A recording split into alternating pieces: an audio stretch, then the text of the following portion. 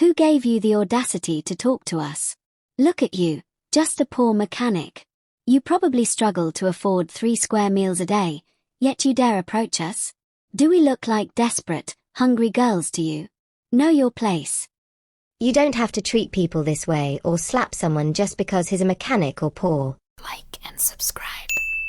Henry, a young African man in his late 30s, sat comfortably in his lavish living room, engaged in a conversation with his best friend, James.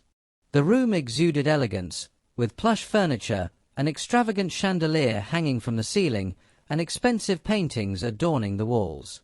Sipping from a glass of fine wine, Henry leaned back with a thoughtful expression. "There are these 2 young girls I always see around the neighborhood," Henry began, his tone contemplative. "They pass through our road at about this time every day. I think I like one of them, but I don't know much about her yet." James, who had been reclining on a luxurious leather couch, sat up slightly and raised an eyebrow. "Then what is your plan?" he asked curiously. Henry smirked. "I will dress like a mechanic and approach her. I want to see her reaction." James frowned and shook his head. "But that will be risky," he cautioned. "What if she disrespects you or brushes you off completely? You might not like what you find out." Henry, however, was undeterred. Determined to proceed with his plan, he dressed in a grease-stained mechanic's uniform and set out into the bustling city streets. The rhythmic hum of honking cars and the lively chatter of pedestrians surrounded him, but he remained focused on his mission. Though he now appeared to be a simple mechanic, the reality was far from it. Henry was one of the city's wealthiest auto dealers, the proud owner of several flourishing car dealerships across the region. As he strolled down the road, his sharp eyes caught sight of the 2 young women approaching. Their names were Nkechi and Uchichi, both stunningly beautiful. However, it was Nkechi who had captured his interest the most. There was something about her, the confident yet graceful way she carried herself, the spark of intelligence in her eyes. Henry felt a strong urge to introduce himself to her, to find out if there was more to her than just a pretty face. He took a deep breath, ready to take the first step. "Hello, ladies," Henry greeted warmly, flashing a polite smile. Before he could say another word, Nkechi's expression twisted with disgust. Without hesitation, she slapped him hard across the face. The sharp sound echoed, and a few bystanders turned to watch. Placing a hand on her hip, she scoffed, her gaze filled with disdain. "Who gave you the audacity to talk to us?" she sneered. "Look at you, just a poor mechanic. You probably struggle to afford 3 square meals a day, yet you dare approach us? Do we look like desperate, hungry girls to you? Know your place." Henry was taken aback by her actions. He had anticipated a reaction, but the sheer cruelty in her tone startled him. Uchichi shifted uncomfortably beside her friend, her face showing traces of embarrassment. However, Nkechi seemed unfazed, her expression remaining one of disgust and superiority. For a moment, Henry stood silent, absorbing the insult. He felt a mixture of disappointment and amusement. He had only wanted to see her true nature, and now it was crystal clear. Her words came fast and sharp, each one laced with mockery. Her laughter rang out, drawing the attention of a few passers-by. It was as though she took pleasure in humiliating him, in ensuring he knew just how beneath her she believed he was. Henry remained silent, his face unreadable. Throughout his journey to success, he had met all kinds of people, but Nkechi's arrogance was unmatched. Her condescending tone made his skin crawl. "Nkechi, that's enough," Uchichi finally interjected, her voice firm yet uneasy. "You don't have to treat people this way or slap someone just because he's a mechanic or poor." But Nkechi wasn't finished. She tossed her hair over her shoulder and continued, her laughter cruel and cutting. "You should know your place, mechanic. Go back to fixing tires." Henry, however, remained calm, unfazed by Nkechi's harsh words. Instead of responding to her insults, he turned to Uchichi with a warm smile. "I am Henry," he introduced himself with a warm smile. Yuchichi responded politely, "I am Yuchichi." Henry looked at her with sincerity. "You must be a kind-hearted woman," he said. "Can I have your contact?"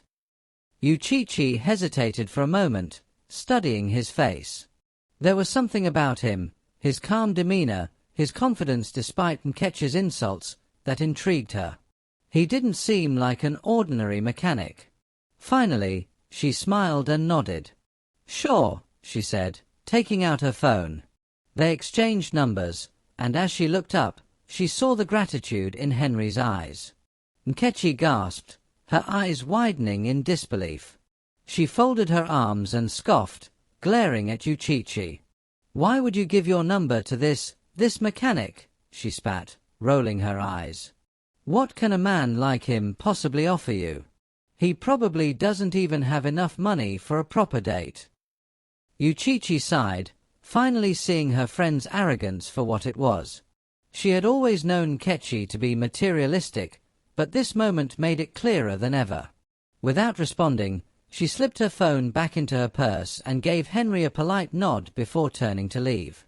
Henry watched them walk away, a knowing smile on his face.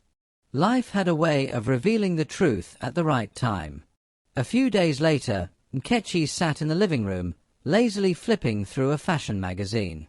The afternoon was quiet until Yuchichi walked in, her face glowing with excitement. Nkechi glanced up, raising an eyebrow. "Why are you so happy?" she asked, intrigued by her friend's enthusiasm. Yuchichi grinned. "It's Henry. He took me out today." Nkechi smirked, tossing her magazine aside. "Let me guess. He took you to some cheap roadside joint? Maybe one of those small food stalls or bear parlor by the corner," she said with a mocking laugh. Yuchichi shook her head, still smiling. "Not at all. He took me to Supreme Classic Place." Nkechi's eyes widened in shock. "What? Supreme Classic Place? That restaurant is for the rich. Even some working-class people can't afford to dine there." She scoffed. "He must have borrowed money somewhere just to impress you. You need to be careful, Yuchichi. I know for sure that a mere mechanic can't afford the kind of bills in that place." Yuchichi chuckled, enjoying the moment. "That's where you're wrong, Nkechi. Henry is not a mechanic. He is the CEO of the biggest auto dealership in the city." Nkechi froze, her body stiffening as the realization crashed over her like a tidal wave. She had been so quick to judge Henry based on his appearance, dismissing him as unworthy, only to find out that he was a man of great wealth and influence. Her heart pounded as regret settled in. She had mocked him, humiliated him, and now she realized she had thrown away a golden opportunity. Meanwhile, Yuchichi sat back, savoring the sweet irony of it all. For once, Nkechi was speechless. One evening, Henry drove Yuchichi to a grand, beautifully furnished mansion. The towering gates opened smoothly as they approached, revealing a breathtaking compound with lush gardens and elegant lighting. The mansion itself was a masterpiece, majestic, with large glass windows and intricate architectural details. Yuchichi stepped out of the car, taking in the beauty around her. "What are we doing here?" she asked, her voice filled with admiration. Henry smiled as he led her to the entrance. "This house is special to me," he said softly. "I made a promise to myself that the first woman I would bring here would be the one I love, the one I plan to marry." Yuchichi's heart skipped a beat. She turned to look at Henry, searching his face for any hint of hesitation, but all she saw was sincerity. Henry continued, his voice warm and steady. "I bought this house some time ago, but I never rushed to move in. I wanted to wait for the right woman, someone whose love would turn this house into a home." Tears welled up in Yuchichi's eyes. No one had ever made her feel this cherished, this special. The depth of his words, the thoughtfulness behind his actions, it was overwhelming. At that moment, she knew without a doubt that Henry was the kind of man she had always dreamed of, a man who loved with intention and sincerity. One afternoon, Uchichi and Kechi sat in the living room, chatting idly about their day. The atmosphere was light and cheerful until Uchichi's phone rang. She glanced at the screen, and a bright smile spread across her face. "He's outside," she said, her excitement evident. "Who?" Nkechi asked, raising an eyebrow. "Henry," Uchichi replied, standing up. "I'm going to meet him." Curious and still a little skeptical, Nkechi followed her friend outside. But nothing could have prepared her for what she was about to see.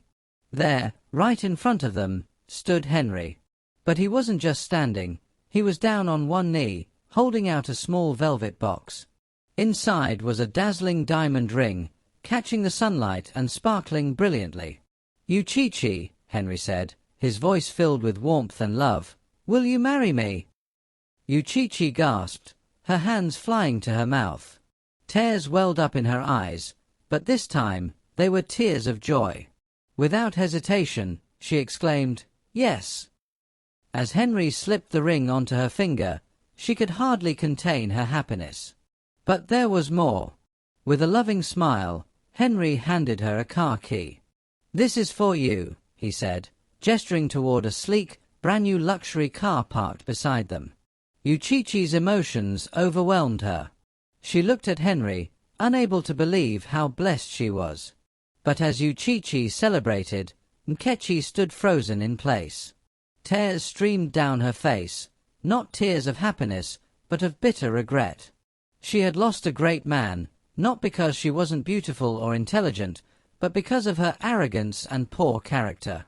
She had mocked him, humiliated him, and dismissed him without a second thought.